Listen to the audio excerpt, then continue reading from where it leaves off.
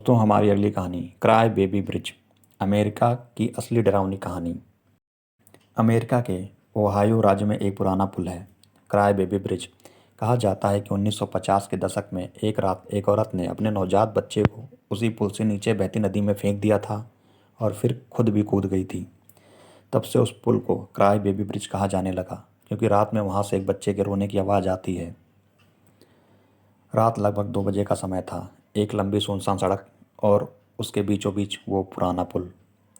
एक लोकल लड़का एथन अपनी कार से घर लौट रहा था। दोस्तों ने उसे मना किया था, उस पुल से होकर मत जाना, वहाँ कुछ है। लेकिन उसने हंसकर कहा, मैं भूतों से नहीं डरता। जैसे ही उसने पुल पार करना शुरू किया, उसकी कार अपने आप रुक गई। कोई खराबी नहीं, पर इंजन बंद हो गया। अचानक उसे किसी बच्चे के रोने की आवाज़ सुनाई दी। वो बिल्कुल पास से आ रही थी, पुल के नीचे से। उसने टॉर्च जलाई, पर वहाँ सिर्फ पानी था। फिर उसने देखा, उसकी कार की बोनट पर छोटे छोटे गीले पैरों के निशान थे, जैसे कोई बच्चा वहाँ रेंग कर गुजरा हो। वो डर के मारे भागा और किसी तरह कार स्टार्ट की, लेकिन रियर व्यू मिरर में उसे किसी औरत का चेहरा दिखा, पूरी भीगी हुई और गोद में बच्चा। एथन को अगले दिन ढूंढने के लिए पुलिस आई। पुल के पास उसकी कार वहीं थी। इंजन चालू था, पर एथन गायब था। आज भी जो कोई उस पुल पर रुकता है, उसे वहीं रोने की आवाज़ सुनाई देती है। और अगर कोई गाड़ी बंद हो जाए तो कहा जाता है वो फिर नहीं लौटता। साल 1987। यूरोप का एक छोटा सा पहाड़ी इलाका, जहाँ बर्फ़ के बीचों बीच खड़ा है एक पुराना होटल, मॉन्ट क्लेयर। कहा जाता है ये होटल कभी एक परिवार का घर था, मॉन्ट क्लेयर परिवार का। लेकिन उस परिवार की एक बेटी एलिजा एक रात अचानक मर गई थी, और उसकी मौत आज तक एक रहस्य है। कई साल बाद यहाँ एक ब्रिटिश कपल ठहरने आया, एमा और जोसेफ। सब कुछ सामान्य लग रहा था, पर दूसरी रात जब एमा ने शीशे में देखा तो पीछे एक सफ़ेद साया खड़ा था। वो पलटी, पर वहाँ कोई नहीं था। तीसरी रात कमरे के बाहर से कदमों की आवाज़ आई, फुसफुसाहट और दीवारों पर खरोंचने की आवाज़ें।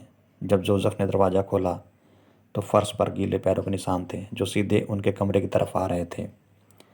सुबह उन्होंने होटल मैनेजर से पूछा। उसने सिर्फ इतना कहा, ये वही कमरा है जहाँ एलिजा मरी थी, कमरा नंबर 13।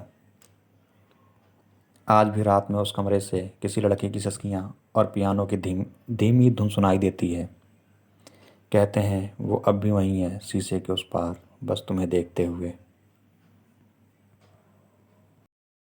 साल 1998 में यूरोप के ट्रांसिल्वेनिया क्षेत्र के पास एक छोटा सा गांव था। नाम था हेल्टा। यह गांव अपने घने और पुराने जंगल के लिए जाना जाता था।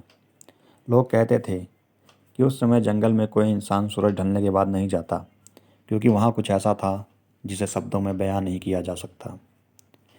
गांव के कुछ नौजवानों ने उस बात को मजाक समझा। एक रात वो 4 दोस्त, एरिक, सैम, नोरा और जैक, टॉर्च लेकर जंगल की ओर निकल पड़े। उनका इरादा था कि वे सबको साबित करेंगे कि यह सब अंधविश्वास है। जंगल में प्रवेश करते ही हवा भारी लगने लगी। हर पेड़ के पीछे कोई ना कोई साया चलता दिख रहा था। जैसे जैसे वे अंदर बढ़ते गए, पेड़ों पर अजीब निशान दिखने लगे, किसी पुरानी भाषा में खुदे हुए प्रतीक, जिसमें हल्की हल्की चमक निकल रही थी। अचानक नोरा की टॉर्च बंद हो गई। जब उसने दोबारा चालू किया तो सैम सामने नहीं था। सिर्फ उसकी आवाज़ आई, मुझे कोई पकड़ रहा है।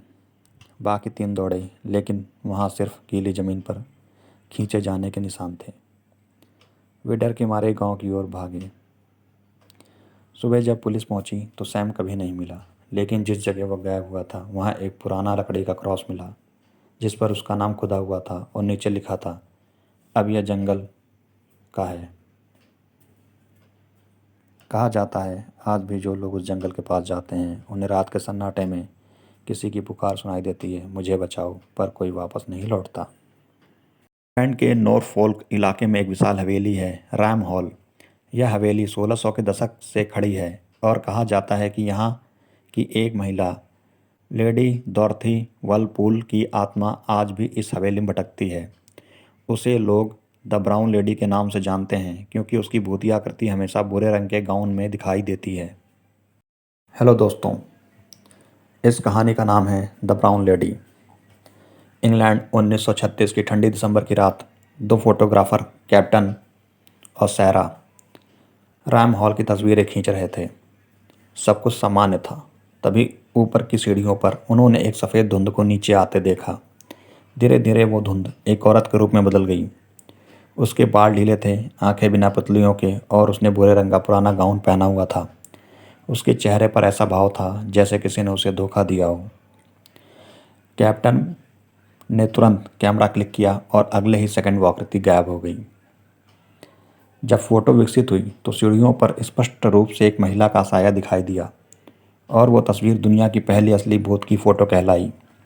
कहते हैं लेडी डॉर्थी को उसके पति ने इस हवेली में कैद कर दिया था और वो यहीं अकेली दम तोड़ गई। उसकी आत्मा अब भी सीढ़ियों पर चलती है, हर क्रिसमस की रात उसी गाउन में। रैम हॉल के रक्षक आज भी कहते हैं, कभी कभी रात में सीढ़ियों से नीचे आती वो परछाई कैमरे में नहीं, आंखों में उतरती है।